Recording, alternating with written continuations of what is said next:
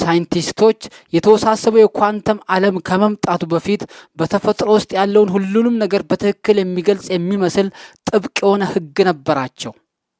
የክላሲካል ፊዚክስ ዓለም። ክላሲካል ፊዚክስ ማለት በቀላሉ በዕለት ተዕለት ሕይወታችን የምናየውን ትልቅ ዓለም የሚያጠና የሳይንስ ዘርፍ ነው።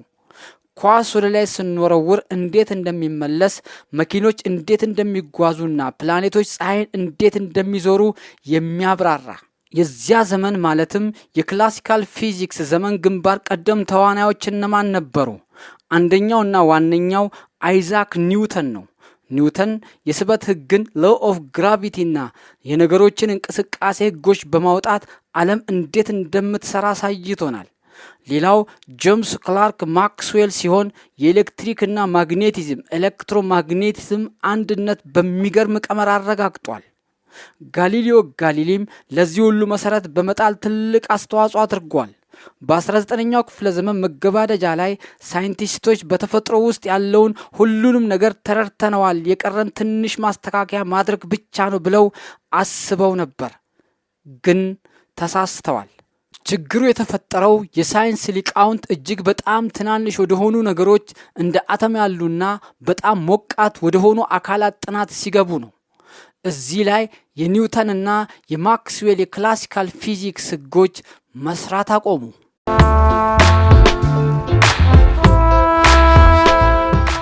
ለምሳሌ የብርሃን ኃይል ከብላክ ቦዲ እንዴት እንደሚለቀቅ ክላሲካል ፊዚክስ ሲያብራራ ከተጨባጭ የላቦራቶሪ ውጤት ጋር ፍጹም ተቃራኒና ትርጉም አልባ ሆነ። ይህ የሳይንስ ቀውስ በታሪክ አልትራቫዮሌት ካታስትሮፍ በመባል ይታወቃል። የድሮ ህግ ተሰበረ፣ አዲስ መፍትሄም አስፈለገ። ይህንን ክፍተት ለመሙላት ማክስ ፕላንክና አልበርት አንስታይን አዲስና አብዮታዊ ሀሳብ ይዘው መጡ። ኃይል የሚጓዘው ዝም ብሎ እንደ ተከታታይ ሞገድ እንዳልሆነ ለመጀመሪያ ጊዜ አሳዩ። ይህ ግኝት የኳንተም ፊዚክስ በርን በሰፊው ከፈተ። ታዲያ ክላሲካል ፊዚክስ ሙሉ በሙሉ ስህተት ነበር ማለት ነው? በፍጹም። ክላሲካል ፊዚክስ አሁንም ለትልልቅ ነገሮች እንደ ሮኬት ማምጠቅና ድልድይ መስራት በትክክል ይሰራል። ነገር ግን ወደ አተምና ኤሌክትሮኖች ረቂቅ ዓለም ስንገባ የኒውተን ክላሲካል ህጎች አቅም ያጥራቸዋል። ስለዚህ ዙፋናቸውን ለኳንተም ሜካኒክስ አስረከቡ። በአጭሩ ክላሲካል ፊዚክስ እኛ በአይናችን የምናየውን ትልቅ ዓለም ሲያብራራልን፣ ኳንተም ፊዚክስ ደግሞ ያ ዓለም የተገነባበትን ድብቅና አስገራሚ መሰረት ያሳየናል።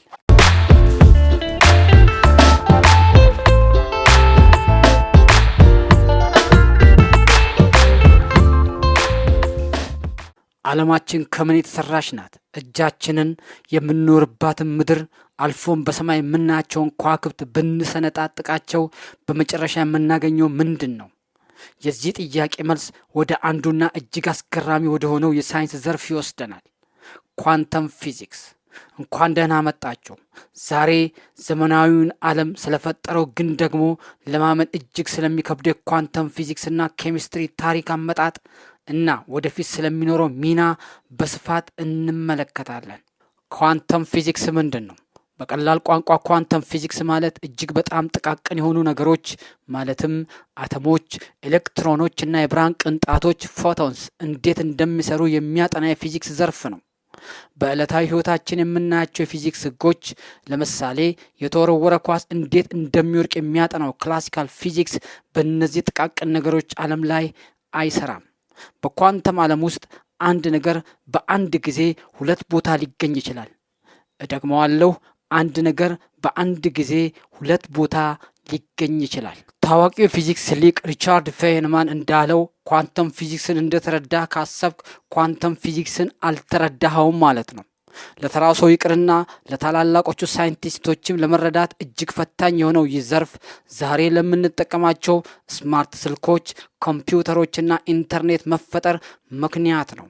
ታዲያ ይህ ሁሉ እንዴት ተጀመረ? የኳንተም ፊዚክስ ዕድሜ ከ120 ዓመታት በላይ ነው። በ19ኛው ክፍለ ዘመን መገባደጃ አካባቢ ሳይንቲስቶች ፊዚክስን ሙሉ በሙሉ ተረድተነዋል ብለው አስበው ነበር። ነገር ግን አንድ ሊፈቱት ያልቻሉት ትልቅ ችግር ነበር። ይህም ብላክ ቦዲ ራዲዬሽን በመባል የሚታወቀው የሙቀትና ብርሃን ስርጭት እንቆቅልሽ። በ1900 ዓ.ም ጀርመናዊ ፊዚስት ማክስ ፕላንክ ይህንን ችግር ለመፍታት አንድ አዲስና ድፍረት የተሞላበት ሀሳብ አመጣ። ኃይል ወይም ኢነርጂ እንደ ውሃ በተከታታይ የሚፈስ ሳይሆን እንደ አሸዋ በተወሰኑና በተቆራረጡ ትናንሽ ጥቅሎች ፓኬትስ የሚጓዝ ነው። እነዚህ ኃይል ጥቅሎች ኳንታ ብሎ ሰየማቸው። ይህ የኳንተም ፊዚክስ ልደት ነበር።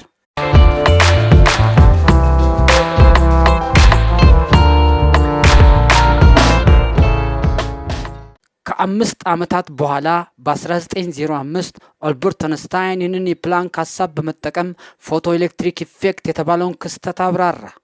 ብርሃን ማዕበል ወይም ዌቭ ብቻ ሳይሆን ቅንጣት ፓርቲክል ፎቶን መሆኑን አረጋገጠ። ለዚህም አንስታይን የኖቤል ሽልማትን አግኝቷል። ከዚህ በኋላ ፊዚክስ መቼም እንደ ድሮ ላይሆን ተቀየረ። በ1920ዎቹ የኳንተም ፊዚክስ ወርቃማ ዘመን ተጀመረ። ይህ ዘመን የሰው ልጅ አስተሳሰብ የፈተነ ነበር። በዚህ ወቅት ትልቅ ሚና ከተጫወቱት መካከል አንድ ኒልስ ቦር የኳንተም ኬሚስትሪ መሰረት የሆነውን የአተም ሞዴል አቀረበ። ኤሌክትሮኖች በኒውክለስ ዙሪያ በተወሰኑ ምህዋሮች ወይም ኦርቢትስ ብቻ እንደሚሽከረከሩ አሳየ። 2 ወርነር ሄዘንበርግ እጅግ ታዋቂ የሆነውን አንሰርቴኒቲ ፕሪንሲፕል ወይም እርግጠኛ አለመሆን መርህን አወጣ። ይህ መርህ እንደሚለው የአንድን ጥቃቅን ቅንጣት ለምሳሌ ኤሌክትሮን ፍጥነትና ትክክለኛ ቦታ በአንድ ጊዜ በእርግጠኝነት ማወቅ ፈጽሞ አይቻልም። 3 ኤርዊን ሽሮዲንገር ኳንተም ፊዚክስ ምን ያህል እንግዳ እንደሆነ ለማሳየት የሽሮዲንገር ድመት ሽሮዲንገርስ ካት የተባለውን የሀሳብ ሙከራ ታውት ኤክስፐሪመንት አቀረበ። በዚህ ሙከራ መሰረት በሳጥን ውስጥ ያለች ድመት ሳጥኑ እስኪከፈትና እስክትታይ ድረስ በአንድ ጊዜ የሞተችም በሕይወት ያለችም ሱፐርፖዚሽን መሆን ትችላለች። ይህ ሀሳብ ለተራው ሰው ለመረዳት እጅግ ግራ የሚያጋባ ቢሆንም የኳንተም ዓለምን እውነተኛ ባህሪ ያሳያል። ኳንተም ፊዚክስ በሀሳብ ብቻ የተወሰነ አይደለም። የዘመናዊ ቴክኖሎጂ መሰረት የሆኑት ቀመሮች ኢኩዌሽንስ የተገኙት ከዚህ ሳይንስ ነው። ዛሬም ድረስ ትልቅ ሚና እየተጫወቱ ያሉ ቀመሮችን እንደሚከተለው እንመልከት።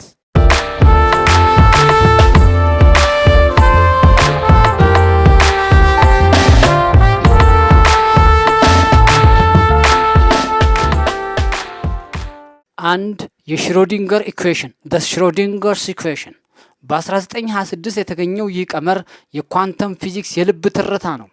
በሂሳብ ቋንቋ ሲጻፍ ስክሪኑ ላይ እንደምትመለከቱት ይመስላል። ይህ ቀመር ኤሌክትሮኖች እንዴት እንደሚንቀሳቀሱና እንደሚገናኙ ይተነብያል። ያለዚህ ቀመር ዘመናዊ ኬሚስትሪ የለም። መድኃኒቶች ወይም ድረግስ በላቦራቶሪ መስራትና በስልካችን ውስጥ ያሉትን ሴሚኮንዳክተሮች ማምረት አንችልም ነበር። 2 ዲራክ ኢኩዌሽንስ ፓውል ዲራክ ኳንተም ፊዚክስን ከአንስታይን የአንጻራዊነት ጽንሰ ሀሳብ ጋር በማዋሃድ ይህን ቀመር ፈጠረ። ይህ ቀመር አንቲማተር የተባለውን የቁስ ተቃራኒ መኖሩን አስቀድመው ተንብየዋል። ዛሬ በሕክምናው ዘርፍ ለካንሰር ምርመራ የምንጠቀምበት ፔት ስካን የሚሰራው በዚህ ቀመር ግኝት ላይ ተመስርቶ ነው። 3 ፕላንክ አይንስታይን ሪሌሽን E=hv ይህ ቀመር የብርሃን ኃይል ወይም ኢነርጂ ከብርሃኑ ድግግሞሽ ፍሪኮንሲ ጋር እንዴት እንደሚገናኝ ያሳያል።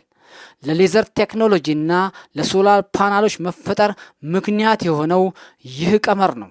ኳንተም ፊዚክስ በሰዎች የዕለት ተዕለት ህይወትና በሳይንስ ውስጥ ያለው ሚና በቃላት ሊገለጽ ከሚችለው በላይ ነው። ኳንተም ፊዚክስ ባይኖር ኖሮ የዘመናዊ ዓለም ስልጣኔ አይኖርም ነበር ብንል ማጋነን አይሆንም።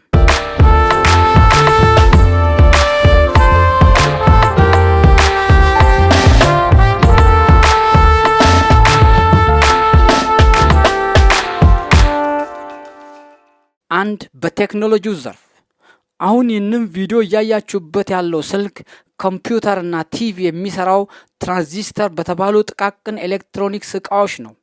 ትራንዚስተር ደግሞ የኳንተም ፊዚክስ ውጤት ነው። ኢንተርኔት በከፍተኛ ፍጥነት እንዲጓዝ የሚያደርገው ፋይበር ኦፕቲክስ እና ሱፐርማርኬት የምንጠቀምበት የባርኮድ አንባቢ ሌዘር ሁሉም የኳንተም ቴክኖሎጂዎች ናቸው።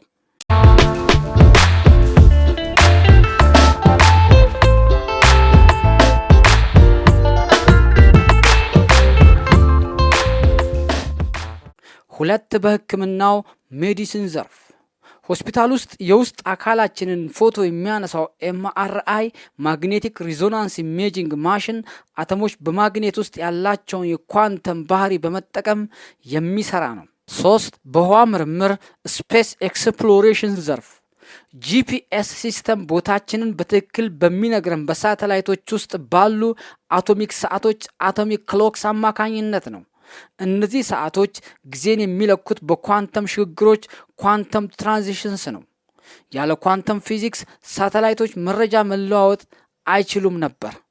ሳይንሱ ይህን ያህል ርቀት ቢጓዝም እስካሁን በኳንተም ፊዚክስ ያልተፈቱና ለወደፊቱ የተተዉ ታላላቅ ንድፈ ሐሳቦች ቲዮሪስ አሉ።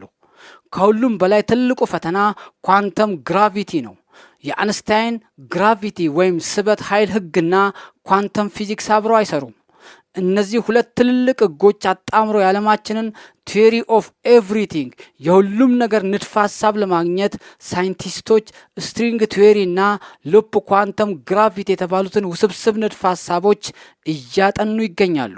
በሰው ልጅ ታሪክ ውስጥ አሁን ትልቁ ፉክክር እየተካሄደ ያለው በኳንተም ኮምፒውቲንግ ዘርፍ ነው። የዛሬዎቹ ሱፐር ኮምፒውተሮች ለማስላት 10,000 ዓመት የሚፈጅባቸውን ሂሳብ ኳንተም ኮምፒውተሮች በደቂቃዎች ውስጥ ሊሰሩት ይችላሉ። ይህ ቴክኖሎጂ ወደፊት ሲሰፋ አዳዲስ መድኃኒቶችን በሰከንዶች ውስጥ ለማግኘት የአየር ንብረት ለውጥን በከፍተኛ ትክክለኛነት ለመተንበይና የሰው ሰራሽ አስተውሎትን ኤአይ ወደማይታሰብ ደረጃ ለማድረስ ትልቅ ሚና ይጫወታል። ኳንተም ኢንታንጅልመንት የተባለው ክስተት በመጠቀም መረጃን ከብርሃን ፍጥነት በላይ በቅጽበት ቴሌፖርት የማድረግ ምርምሮች አሁን ላይ እየተሰሩ ነው። ኳንተም ፊዚክስ የሰው ልጅ አእምሮ ካመነጫቸው እጅግ አስደናቂ ግራ የሚያጋቡ ነገር ግን እጅግ ጠቃሚ ከሆኑ የሳይንስ ዘርፎች አንዱ ነው። ከ120 ዓመታት በፊት በማክስ ፕላንክና አንስታይን የተጀመረው ይህ ጉዞ ዛሬ የኢንፎርሜሽን ቴክኖሎጂ ዘመን ፈጥሮልናል። ነገ ደግሞ በኳንተም ኮምፒውተሮች አማካኝነት የሰው ልጅ ወደ ሌላ የስልጣኔ ማማ እንደሚያሸጋግረው ጥርጥር የለውም። ለተራው ሰው ይህን ሳይንስ ሙሉ በሙሉ መረዳት ቢከብድም በውጤቶቹ ግን በየዕለቱ እየኖርንበት ነው። ስለተከታተላችሁን ከልብ እናመሰግናለን። ይህ ቪዲዮ ጠቃሚ ሆኖ ካገኛችሁት ላይክ ማድረግን አትርሱ። እንዲህ አይነት ጥልቅ የሆኑ የሳይንስና ቴክኖሎጂ መረጃዎች ወደ እናንተ እንዲደርሱ ቻናላችንን ሰብስክራይብ ያድርጉ። ሰላም።